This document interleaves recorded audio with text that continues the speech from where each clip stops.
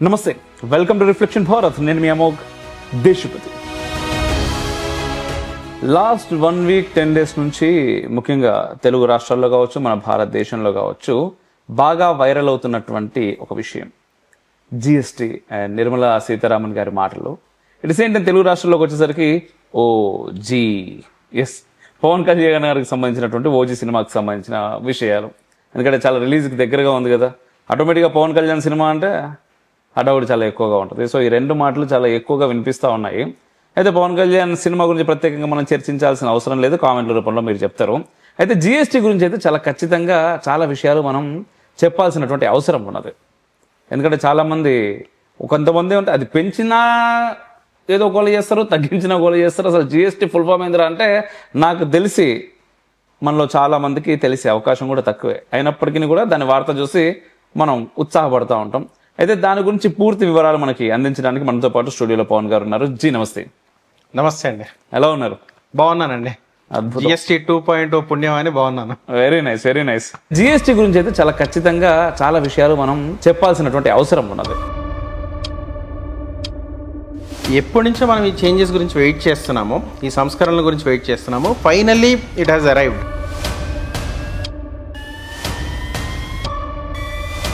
GST full form ఏందిరా అంటే మనలో చాలా మందికి తెలిసే అవకాశం కూడా తక్కువే.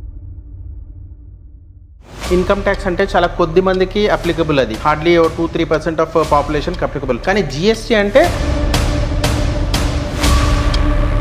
దాదాపుగా 7,200 కోట్ల రూపాయల నష్టం మా రాష్ట్రానికి జరుగుతుంది జిఎస్టీ ఇలా చేయడం వల్ల.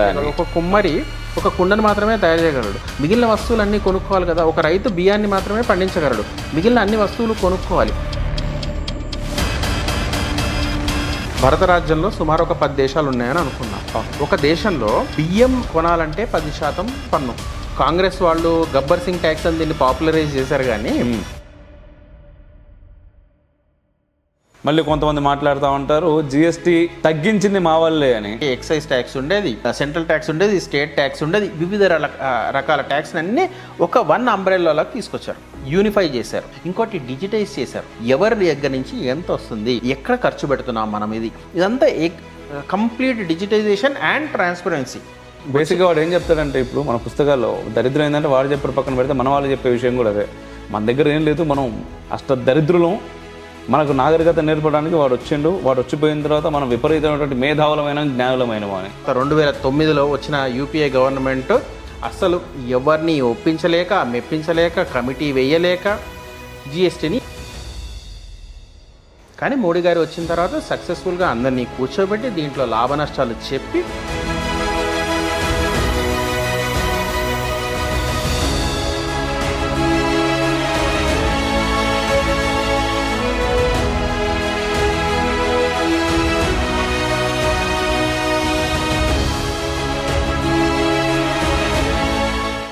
చాలా ఉత్సాహంగా ఉన్నారు. అవునండి, చాలా ఉత్సాహంగా ఉన్నాయి. ఎందుకంటే ఎప్పటి నుంచో మనం ఈ చేంజెస్ గురించి వెయిట్ చేస్తున్నాము, ఈ సంస్కరణల గురించి వెయిట్ చేస్తున్నాము. Finally it has arrived. Yes. And దీనికంటే ముందు నేను చెప్పాను కదా, ఓజీ పవన్ కళ్యాణ్ నిన్న కత్తితో అరాచకాలు చేశారు, చూసారా?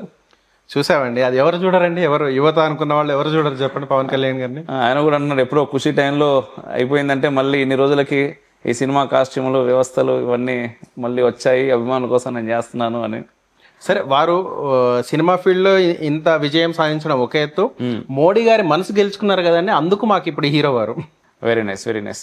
అసలు ఈ జిఎస్టీ రిఫార్మ్స్ గురించి ఏం చెప్తారు మీరు? జిఎస్టీ రిఫార్మ్స్ చాలా అవసరం అండి, ఎప్పటి నుంచో మనం అడుగుతున్నాము. ఇన్ఫ్యాక్ట్ మోడీ గారి ప్రీవియస్ 10 years లో కూడా ఈ ప్రస్తావన వచ్చింది, ట్యాక్స్ రిఫార్మేషన్ కావాలి అని.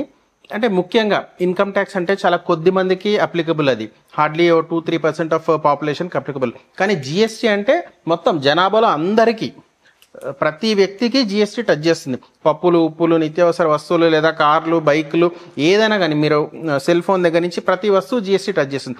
సో భారతదేశంలో ఉన్న 100 కోట్ల జనాభాకి మొత్తము జిఎస్టీ ఇంపాక్ట్ అవుతుంది. So it is a good move, most welcome move.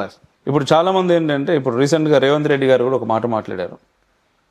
ఏంటి, దాదాపుగా 7,200 కోట్ల రూపాయల నష్టం మా రాష్ట్రానికి జరుగుతుంది జిఎస్టీ ఇలా చేయడం వల్ల అని. మళ్ళీ కొంతమంది మాట్లాడుతూ ఉంటారు జిఎస్టీ తగ్గించింది మా వాళ్ళే అని. అసలు వీళ్ళందరికీ ఏం చెప్దాం అనుకుంటున్నారు మీరు? ఏం చెప్దాం అనుకుంటాం, ఇప్పుడు జిఎస్టీ మొట్టమొదటిసారి జిఎస్టీ అంటే ఒక యూనిఫైడ్ ట్యాక్స్ తేవాలని అటల్ బిహారీ వాజ్పేయి గారు 2000 సంవత్సరంలో కమిటీ వేశారు. జిఎస్టీ అంటే యూనిఫైడ్ ట్యాక్స్. ఇప్పటి వరకు మనకి ప్రతి రాష్ట్రంలో ఒక ట్యాక్స్, ప్రతి వస్తువుకు ఒక డిఫరెంట్ ట్యాక్స్ ఉండేది. అన్నీ ఒక చట్టంలో యూనిఫైడ్ ట్యాక్స్ లేదు.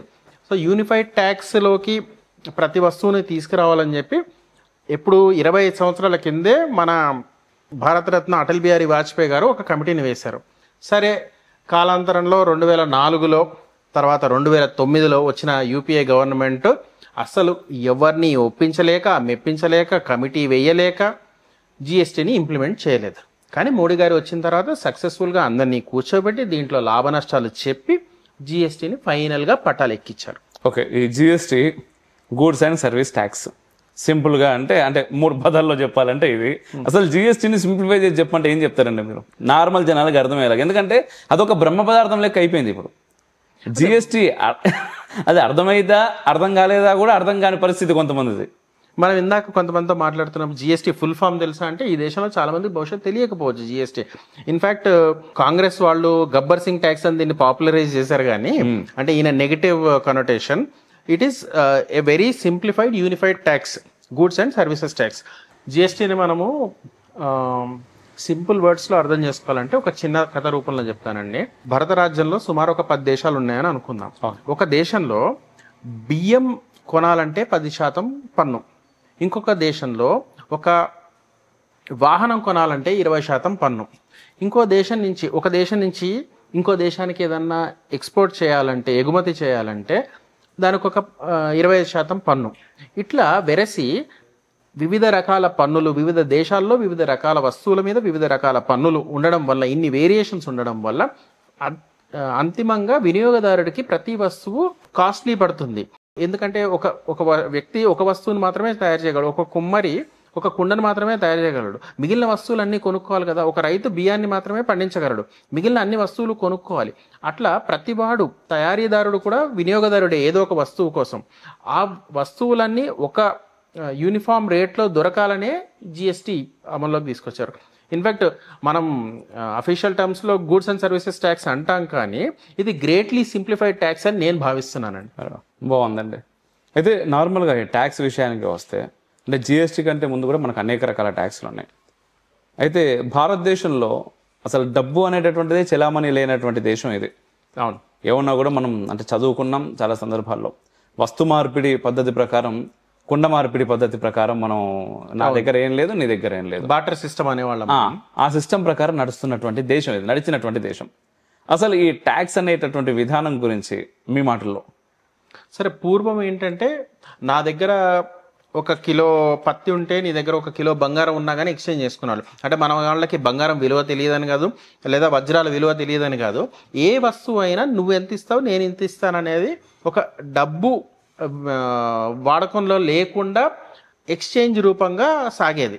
ఇదంతా చాలా ముందు కాలంలో, అంటే అప్ టు 18th century అని అనుకోవచ్చు మనం. కాలనైజేషన్ కన్నా ముందు, కరెక్ట్ పదం వాడారు, కాలనైజేషన్ కన్నా ముందు. సో వన్స్ బ్రిటిషర్స్ ఎంటర్ అయినప్పుడు ఇక్కడ వాళ్ళు మన సంపదను చూసి ఆశ్చర్యపోయారు. ఒకటి, వాళ్ళకి మొట్టమొదటి వచ్చిన ఆలోచన ఏంటి? సంపద అంతా దోచుకుందాం.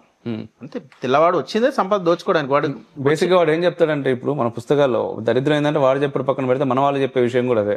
మన దగ్గర ఏం లేదు, మనం అష్ట దరిద్రులం, మనకు నాగరికత నేర్పడానికి వాడు వచ్చిండు, వాడు వచ్చిపోయిన తర్వాత మనం విపరీతమైనటువంటి మేధావులమైన జ్ఞానులమైన అని. ఆ విషయాన్ని మనం మాట్లాడాల్సిన అవసరం లేదండి. వాళ్ళ పార్లమెంట్ రికార్డ్స్లో, బ్రిటన్ పార్లమెంట్లో వాళ్ళ ప్రైమ్ మినిస్టర్స్, వాళ్ళ వైస్రాయ్స్ ఏం చెప్పారో అది చూసుకుంటే సరిపోతుంది కదా. ఇక్కడ ఎంత సంపద ఉన్నది, ఇక్కడ ఎంత జ్ఞానం ఉన్నది, వాళ్ళ ఓన్ స్టేట్మెంట్స్లో చూసుకోవచ్చు. మన రికార్డ్స్ కానీ ఏవి వెరిఫై చేయాల్సిన అవసరం లేదు. లెఫ్టిస్ట్ కమ్యూనిస్ట్ ఐడియాలజీ ఉన్న జనాలకి ఆ రికార్డ్స్ అన్ని తీసుకొచ్చి ఇలా కూర్చోబెట్టి పెద్ద పెద్ద థియేటర్లు పెట్టి చూపించినా కూడా అర్థం కాదు, అర్థం చేసుకోరు. అర్థం చేసుకోవాలనే ఉద్దేశం కూడా వాళ్ళకి లేదు.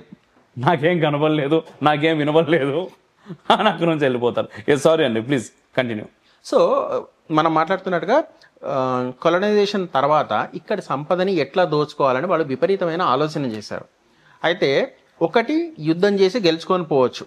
యుద్ధమా వాళ్ళ వల్ల కాదు. మన క్షాత్రం ముందు వీరత్వము కానీ ఏది పనిచేయదు. సో ఎట్లా ఇది మోసంతో కపటంతోనే మన దేశాన్ని దోచుకోవాలనే ఆలోచనతో వాళ్ళు ట్యాక్సేషన్ అనేది తీసుకొచ్చారు. మన దగ్గర నుంచి చాలా విలువైన వస్తువులు, అంటే నేను ఇందాక మాట్లాడినట్టుగా వజ్రాలు, వైడూర్యాలు, బంగారము ఇలాంటివన్నీ తీసుకొని మనకి ఎక్స్చేంజ్లో చాలా చీప్ వస్తువులు, అంటే పెద్దగా విలువలేని వస్తువులు మనకు అందజేశారు. ఇంకోటి, మన దగ్గర ఎక్స్పోర్ట్ మీద ఇంపోర్ట్ మీద ట్యాక్సేషన్ పెట్టారు. అప్పుడే వాళ్ళు ట్యాక్సేషన్ అనేది మొట్టమొదటిసారి మనకి వస్తుంది. అప్పటిదాకా పన్నులు పెద్దగా లేవు. మనకి కేవలం ఒక రాజ్యము ఇంకో రాజ్యానికి బంగారమో వజ్రాలో వైడూర్యాలో బహుమతిగా ఇచ్చుకునేవారు, కానీ ట్యాక్సేషన్ అనేది అసలు అవసరమే లేదు. మన దగ్గర అంత సంపద ఉంది.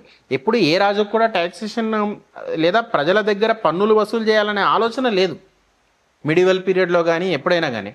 ఆ తర్వాతే వచ్చింది ఇదంతా. సరే, వాళ్ళు చాలా రకాల ట్యాక్స్ వేశారు. ట్యాక్స్ ఒకటి సంపద దోచుకోవడానికి, ఇంకోటి మన కల్చర్ దోచుకోవడానికి కూడా చాలా రకాల ట్యాక్స్లు వేశారండి. చెప్పుకోవడానికి కొంత ఇబ్బందికరంగా ఉంటుంది ఇప్పుడు ఈ రోజున, కానీ మన ఆడవాళ్ళు వాళ్ళ ఎదభాగాన్ని కవర్ చేసుకోవడానికి కూడా ట్యాక్స్ వేశారు Britishers.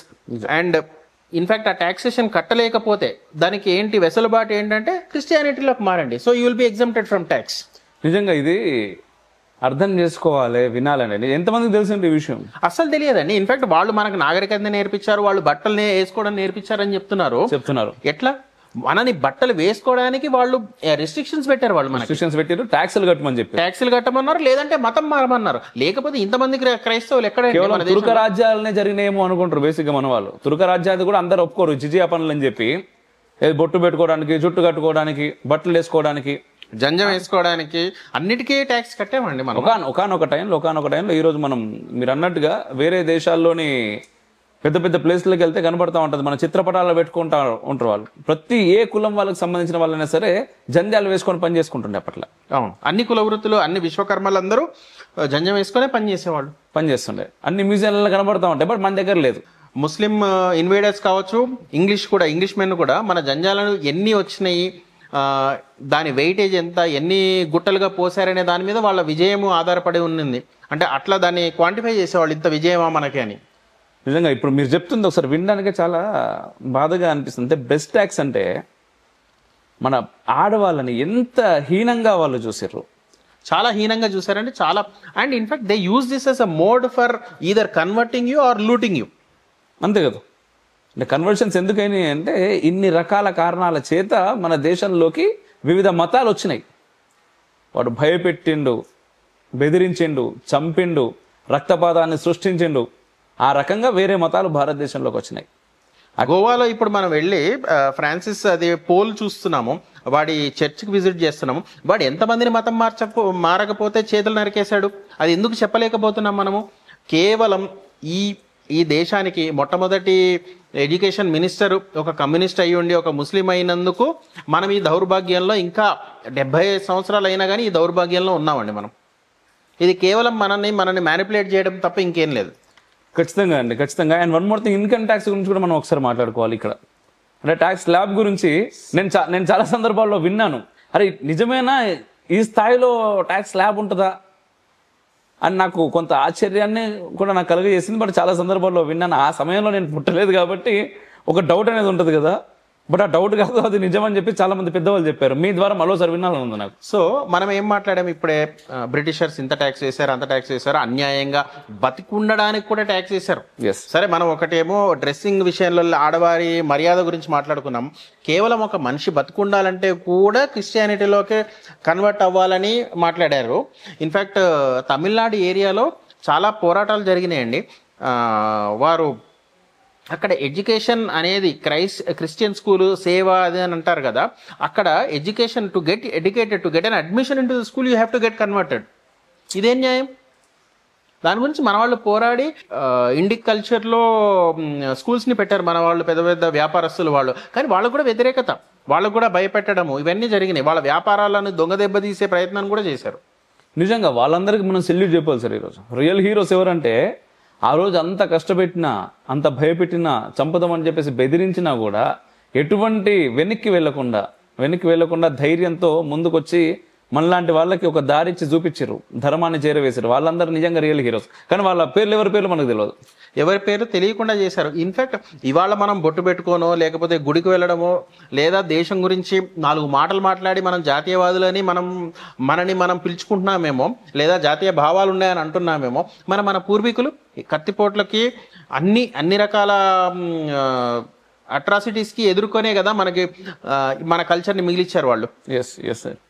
And income tax slab గురించి మనం ఇన్కమ్ ట్యాక్స్ స్లాబ్ గురించి బ్రిటిషర్స్ అట్లా దోచుకున్నారు. సరే మొత్తం దోచుకొని ఇక్కడ దోచుకోవడానికి ఏమీ లేదనుకునే సమయంలో సరే సుభాష్ చంద్రబోస్, భగత్ సింగ్ వీళ్ళ పుణ్యాన బ్రిటిష్ వాళ్ళు వెళ్ళిపోయారు. ఏ శాంతి కాముకలతోనూ వెళ్ళలేదు వాళ్ళు. సో ఈ సందర్భంలో ఏంటి, మన మొదటి ప్రధానమంత్రి గారు అప్పుడు ఇన్కమ్ ట్యాక్స్ స్లాబ్స్ కొన్ని స్లాబ్స్ పెట్టారు. ఇన్కమ్ ట్యాక్స్ స్లాబ్ అప్పుడు 97% అండి. అంటే if you earn 100 rupees you are ending up paying 97 rupees as tax and only saving 3 rupees. ఇవాళ మన జెన్జీ కానీ జెన్ వై కానీ ఇన్కమ్ ట్యాక్స్లో ఇంతున్నాయి అంతున్నాయని మొత్తుకుంటున్నారు. వాళ్ళు ఒక్కసారి వెనక్కి తిరిగి చూసుకుంటే అప్పుడు ఇన్కమ్ ట్యాక్స్ ల్యాబ్స్ చూస్తే వాళ్ళు I think they are very lucky we're living in Modi era. అప్పుడు కూడా ఎక్కడో దగ్గర పుట్టే ఉంటారు వాళ్ళు, పుట్టే ఎంత ట్యాక్సులు కట్టారో ఏంటో మళ్ళీ ఈ జన్మలో ఇక్కడ పుట్టారు ఈ పిల్లలందరూ కూడా. నిజంగా 97.75% అంటే అసలు ఎందుకు సంపాదించాలి? ట్యాక్సులు వేశారు ఒకటి నెహ్రూ గారి హయాంలో. సరే ఆ తర్వాత కూడా ట్యాక్సేషన్ తగ్గింది, కొంత మేరకు ఇన్కమ్ ట్యాక్స్ స్లాబ్స్ తగ్గిస్తూ వచ్చారు. కానీ ఏం చేసింది మన కాంగ్రెస్ గవర్నమెంట్? 2G స్కామ్ అని, కోల్గేట్ స్కామ్ అని, అదని ఇదని మొత్తం దోచుకోవడమే కదా. మన దగ్గర స్పోర్ట్స్ పెడితే స్పోర్ట్స్ లో A to Z స్కామ్స్ పిల్లలకి వినిపించాయి. ఏ ఫర్ యాపిల్ బదులు అన్ని scams, A to Z scams నుంచి ప్రతిదీ. అదే కంటిన్యూ అయ్యింటే మనం కూడా పాకిస్తాన్ లాగా అడుక్కు తినేవాళ్ళమేమో బహుశా ఈరోజు. సరే ఇప్పుడు బాగా ఇంట్రెస్టింగ్ ఒక సబ్జెక్ట్ చెప్తాను. ముఖ్యంగా మన మాతృమూర్తులకి మన సోదరి మండలందరికీ బాగా ఇంట్రెస్టింగ్ టాపిక్. ఫర్ ఎగ్జాంపుల్ మనం గోల్డ్ తీసుకుంటే, బంగారం తీసుకుంటే, ఒక 500 గ్రాముల గోల్డ్, మన ఎగ్జాంపుల్ కి 50 గ్రాములు 100 గ్రాములు ఎందుకు, ఏకంగా ఎగ్జాంపులే కదా, అరకిలో గోల్డ్ గురించి మాట్లాడుకుందాం. నేను లెక్క రాసుకొని వచ్చానండి. సుమారు ఒక 500 గ్రాముల గోల్డ్ తీసుకుంటే అది ఒక 25 లక్షలు అనుకుందాం, 25 lakhs అని అనుకుందాం. బ్రిటిష్ కాలంలో అది 20% ట్యాక్స్.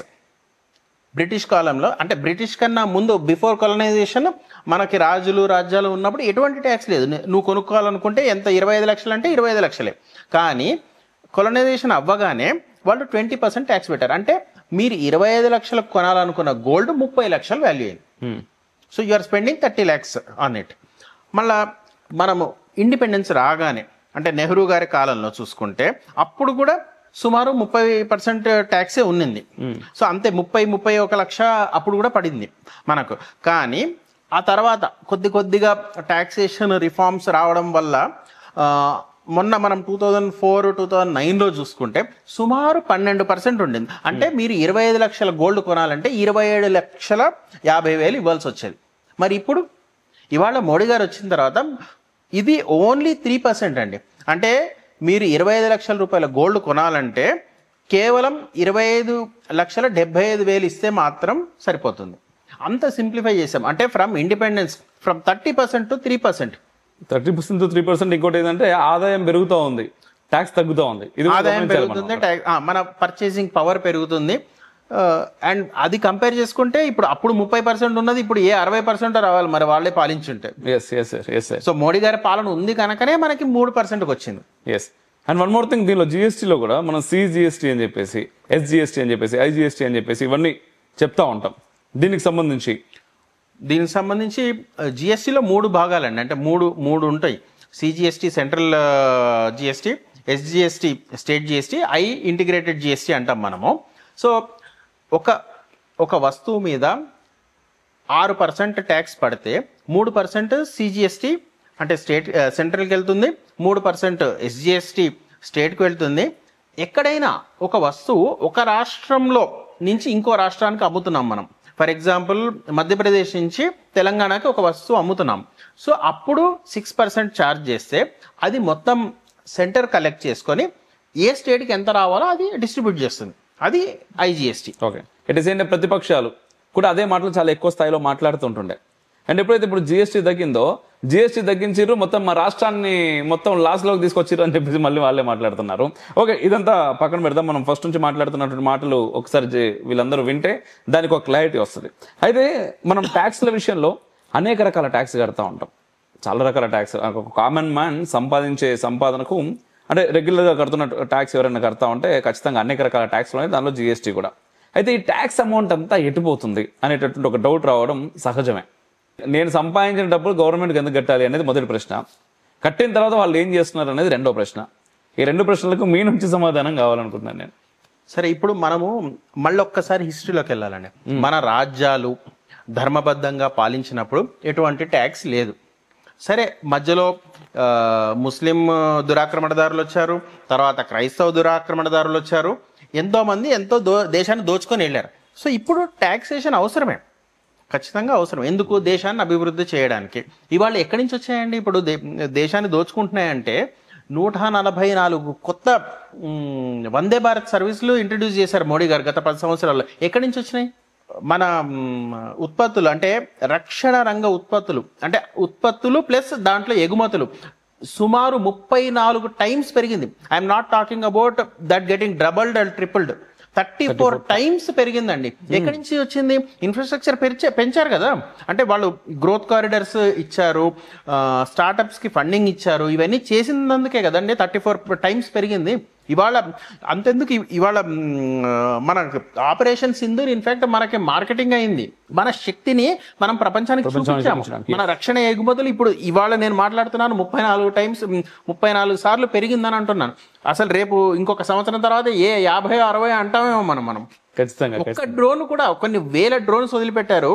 టర్కీ కూడా సపోర్ట్ చేసింది పాకిస్తాన్కి. ఒక్క డ్రోన్ అన్నా మన భారతదేశాన్ని తాకిందండి.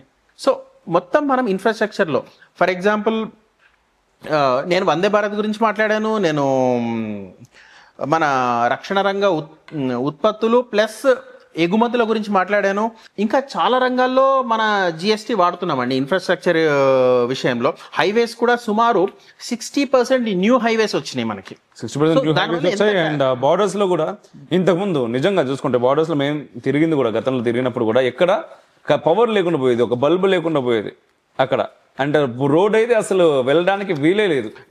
అట్లాంటి ప్రదేశాల్లో జనాలు ఉంటున్నారా అంటే అక్కడ నుంచి బార్డర్స్ లో జనాలు ఉండడం చాలా అవసరం మన దేశానికి.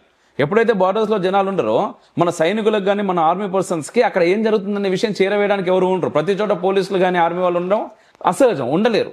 సో అక్కడికి వెళ్ళాలి అంటే మనకు స్వతంత్రం వచ్చి ఇన్ని సంవత్సరాలు అవుతున్నా కూడా మనకి బార్డర్స్ లో రోడ్లు లేని కారణం చేత ఊర్లో కరెంట్ లేదు, కరెంట్ లేని కారణం చేత ఊర్లో జనాలు నివసించడానికి ఇష్టపడలేదు. అందుకోసం అని చెప్పేసి అక్కడ నుంచి ఖాళీ చేస్తున్నారు. అందుకోసం అని చెప్పేసి వేరే దేశాలు మన దేశాన్ని ఆక్యుపై చేస్తున్నా, లేకపోతే అక్రమ చొరబాట్లు వచ్చినా కూడా మనం ఏం చేయలేకపోయినటువంటి స్థితి మనం గతంలో చూసినాం. అక్కడ దగ్గర నుంచి ఈరోజు చూస్తే బార్డర్ దాకా మనకి పవర్ సప్లై ఉంది, రోడ్లు ఉన్నాయి. ఇప్పుడు ఆర్మీ పర్సన్స్ ఎంత ఫాస్ట్ గా వీలైతే అంత ఫాస్ట్ గా త్రివిధ దళాలు చేరుకుంటున్నాయి. ఇప్పుడు నేను ఇందాక మెన్షన్ చేసినట్టు 60% న్యూ హైవేస్. అండ్ ఈ 60% new highways last mile connectivity. మనకి ఎక్కడో అరుణాచల్ ప్రదేశ్ కొసనా, ఇక్కడ రాజస్థాన్ కొసనా, ఎక్కడికైనా మనం వెళ్ళడానికి. అండ్ ఇంకోటి ఈ స్పెషాలిటీ ఏంటంటే ఇప్పుడు నిర్మిస్తున్న రోడ్లలో మన ఎయిర్ క్రాఫ్ట్స్ ల్యాండ్ అయ్యే క్వాలిటీలో రోడ్లు కడుతున్నాం మనం. అండ్ టెస్టింగ్ చేస్తున్నాం. ఎవరో టెస్టింగ్ అంటే ఎవరో ఒక వైమానిక అధికారి ఉండట్లేదు దాంట్లో. స్వయంగా రక్షణ శాఖ మంత్రి రాజ్నాథ్ సింగ్ లేదా ఉపరితల రవాణా శాఖ మంత్రి నితిన్ గడ్కరీ గారు ట్రావెల్ చేస్తున్నారు. ఇంకా అంతకంటే ఏం చెప్పాలి మనం ప్రపంచానికి? ఇంకా what else, how else can we make a better statement to the larger world? In fact మీరు 2004 కన్నా ముందు చూసుకోండి, ఈ జిఎస్టీ అమౌంట్, ఈ టాక్సేషన్ అమౌంట్ ఎంత సద్వినియోగం అయిందంటే సుమారు మన ఎయిర్పోర్ట్స్ అన్ని డబల్ అయినాయి. 2004కి ముందు కౌంట్, ఇవాళ కౌంట్ చూడండి. Our airports have doubled. We have introduce 144 new Vande Bharat services. Highways 60% పెరిగినాయి. ఇంకేం కావాలండి ఇంతకన్నా? లేకపోతే ఒకవేళ ఇంతకు ముందున్న యూపీఏ ప్రభుత్వం ఉంటే బహుశా మనం పాకిస్తాన్ లాగా అడుక్కు తినేవాళ్ళం. ఎందుకంటే మన డబ్బులు ఇక్కడ వివిధ రకాల ఇన్ఫ్రాస్ట్రక్చర్స్ లో మనం ఇన్వెస్ట్ చేస్తున్నాం. పాకిస్తాన్ లో ఏం జరుగుతుంది? కేవలం మిలిటరీ అండ్ మిలిటరీ, ఈ రెండు సబ్జెక్ట్స్ మీద వాళ్ళు టెర్రరిస్టుల మీద ఇన్వెస్ట్ చేస్తున్నారు. సో వాళ్ళు అడుక్కు తింటున్నారు. మనం ఫేమస్ జోక్ ఉంది కదండి, మనమేమో చంద్రమండలం మీద జెండా ఎగరేస్తున్నాం, వాళ్ళేమో జెండా మీద చంద్రుడిని పెట్టుకున్నారు కదా. అండి సో అట్లా మనం అంటే మోడీ ఏం చేస్తున్నారనే దానికి ఇంతకన్నా నెంబర్స్ ఆర్ స్పీకింగ్ కదా. ఎస్ అండి, చాలా సింప్లిఫైడ్ చేస్తూ జిఎస్టీ గురించి చాలా బాగా చెప్పారు. అయితే ప్లీజ్ ఇంకొక లాస్ట్ పాయింట్ చెప్తానండి నేను. ఇవాళ జిఎస్టీ మీద చాలా విషయాల్లో మనకి 30% యూపీఐ హయాంలో, నేను మోడీ గారు జిఎస్టీ ఇప్పుడు 2.0 అన్నాం కదా మనం, జిఎస్టీ 2.0 కాకుండా జిఎస్టీ యూపీఐ హయాంలో ఎంత ట్యాక్సేషన్ ఉంది అంటే అప్పుడు ఏమేమి ఉండేవి, మనకి ఎక్సైజ్ ట్యాక్స్ ఉండేది, సెంట్రల్ ట్యాక్స్ ఉండేది, స్టేట్ ట్యాక్స్ ఉండేది, వివిధ రకాల ట్యాక్స్ అన్ని ఒక వన్ అంబ్రెల్లాకి తీసుకొచ్చారు, యూనిఫై చేశారు. ఇంకోటి డిజిటైజ్ చేశారు, ఎవరి దగ్గర నుంచి ఎంత వస్తుంది, ఎక్కడ ఖర్చు పెడుతున్నాం మనం, ఇదంతా complete digitisation and transparency. Modi mark transparency, ఎక్కడ అవినీతి లేదు. ఇవన్నీ చేసి ఇప్పుడు దేశం ఒక స్థితికి వచ్చిన తర్వాత, కొంత వెసులుబాటు వచ్చిన తర్వాత వెంటనే వారు ఏం చేశారు, జిఎస్టీ 2.0 అని చెప్పి అన్ని స్లాబ్స్ని తగ్గించారు.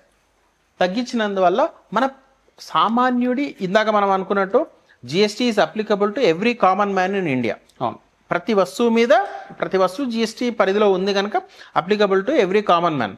సో ఇప్పుడు జిఎస్టీ 2.0 వల్ల లాభాల్లో అంటే ప్రజలకు వచ్చే మొదటి లాభం సేవింగ్, ట్యాక్సేషన్ మీద. ఒక చిన్న కారు మనం ఎగ్జాంపుల్గా తీసుకుంటే మారుతి ఎస్ప్రెసో అనే కారు మీద సుమారు 1,20,000 రూపాయలు తగ్గుతుంది జిఎస్టీ న్యూ స్లాబ్ ప్రకారం.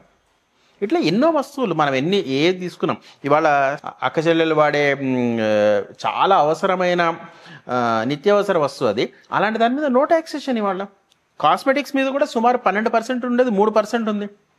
గోల్డ్ మీద కూడా 12% ఉండేది 3%కి వచ్చింది.